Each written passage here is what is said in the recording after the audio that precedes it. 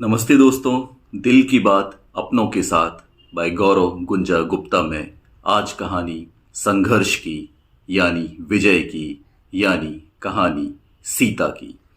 दोस्तों, सीता कहानी मैंने सन 2018 में लिखी थी जब मैं सिंगरौली मध्य प्रदेश में था। ये कहानी लगभग 9 मिनट की है, लेकिन जब आप इस कहानी को सुनना शुरू करेंगे तो अंत तक बने रहेंगे, क्योंकि हमारे हर घर में, हर समाज में, हर नगर में, हर गांव में कहीं ना कहीं कोई सीता जरूर है जो वक्त आने पर भवानी बनना जानती है। सुनिए मेरे साथ कहानी सीता। तेज मूसलाधार बारिश, रात का समय यही कोई 8 बजे होंगे। सीता अपने दोनों बच्चों को साथ लेकर लौट रही थी।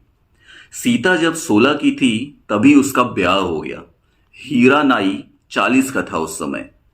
सीता के माँ बाप ने देखा कि खुद की दुकान है, अपना कमाता खाता है, 40 का हुआ तो क्या हुआ, बिटिया खुश रहेगी। और हर शुक्रवार जब दुकान बंद रखता है तो भी घर पर यूं ही नहीं बैठा रहता, बल्कि हाथ ठेला चलाकर मजदूरी भी करता है।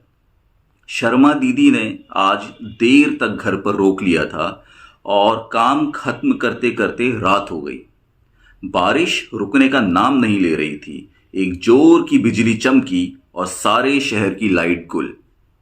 गुड़िया उस समय 3 साल की थी और बन्नो कुछ 6 बरस की। सीता ने गुड़िया को सीने से लगाया और बन्नो का हाथ जोर से पकड़कर चली जा रही थी। घर जल्दी पहुंचना जरूरी था। हीरा की तबीयत जो ठीक नहीं थी। चलते चलते अचानक सीता को एहसास हुआ कि जैसे कोई पीछा कर रहा है। कल्लू ने सीता का हाथ जोर से पकड़कर अपनी ओर खींचने की कोशिश की। सीता के साथ ये कोई पहला वाकया नहीं था, लेकिन मां बनने के बाद सीता अब सिर्फ सीता नहीं रही थी। राक्षस से लड़ने के लिए सीता भवानी बनना जानती थी। कल्लू, हाथ छोड़, आदमी बीमार है, घर जल्दी जाना है, सीता जोर से चिल्लाई। लेकिन ये क्या? कल्लू ने तुरंत सीता का हाथ छोड़ दिया। सीता स्तब्ध, आश्चर्यचकित। शैतान शरीफ कैसे बन गया? लेकिन कल्लू के अंदर का शैतान तो अब जाग रहा था। उसकी नजर सीता को छोड़ बन्नों पर थी और सीता को ये समझते देर न लगी। सीता ने नीचे पड़ा पत्थर उठाया और दे मारा उसके सिर पर। बन्नो भाग, गुड़िया को लेकर भाग, सीता जोर जोर से चिल्ला रही थी। तेज बारिश, अंधियारी रात, सड़क पर कोई नहीं, सिर्फ और सिर्फ मूसलाधार बारिश। बन्नो एक गली में गुड़िया को लेकर दुबकी बैठी चुपके से देख रही थी। कल्लू के सिर पर खून सवार था। सीता को एक तरफ धक्का देकर कल्लू फिर बन्नो की तरफ बढ़ा।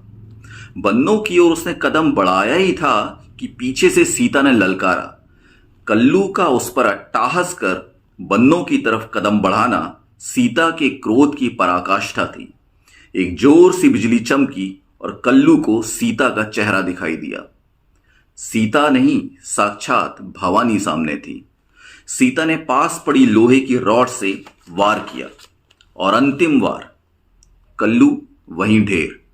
कल्लू का अट्टहास, उसका दुस्साहस, मां की ललकार और अंतिम प्रहार।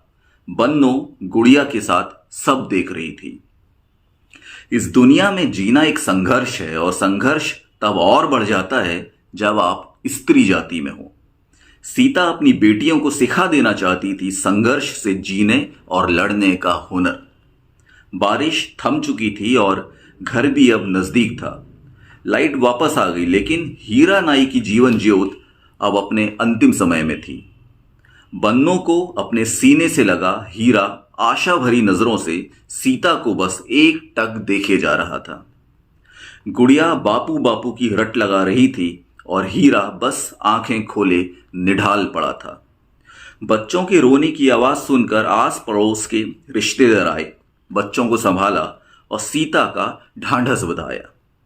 हीरा की लंबी बीमारी और बढ़ते खर्चे ने रिश्ते नातों की परिभाषा समझा दी थी।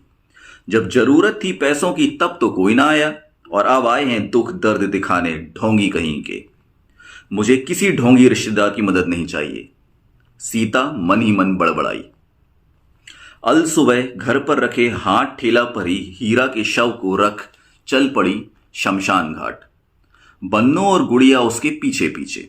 सीता ने निर्णय लिया, अब अकेले ही आगे बढ़ना है और उद्देश्य सिर्फ एक, कल्लू जैसे लोगों से भरी हुई इस दुनिया में अपने बच्चों को इतना सशक्त बनाना कि वो संघर्ष कर सके, लड़ सके, बिना रुके, बिना थके, बिना डरे।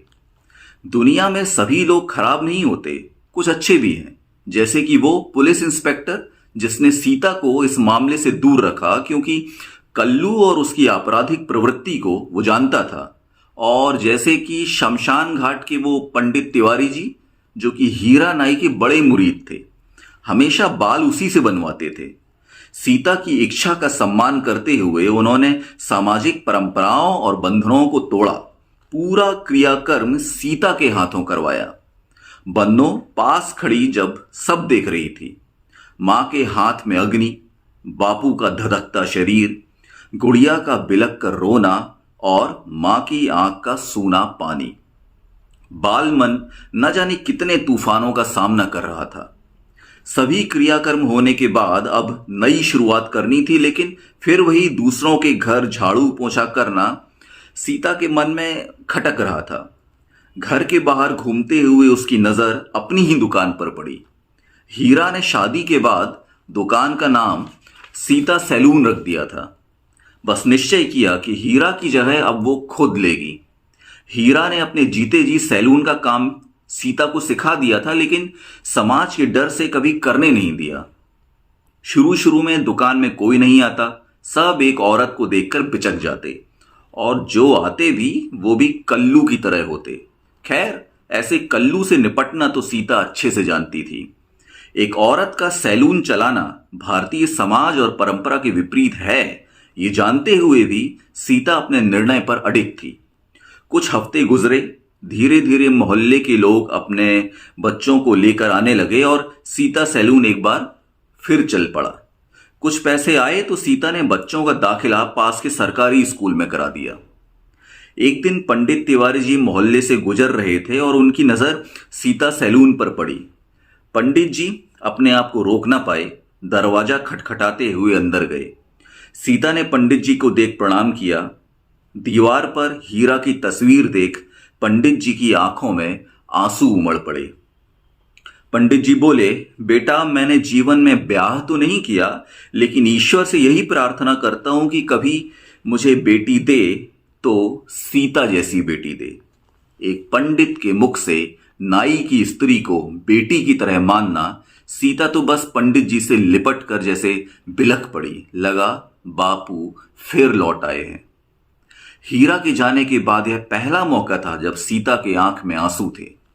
पंडित जी जहां भी जाते सीता के संघर्ष की कहानी जरूर सुनाते, चाहे वो विवाह संस्कार हो, मुंडन या फिर अंतिम संस्कार ही क्यों ना हो।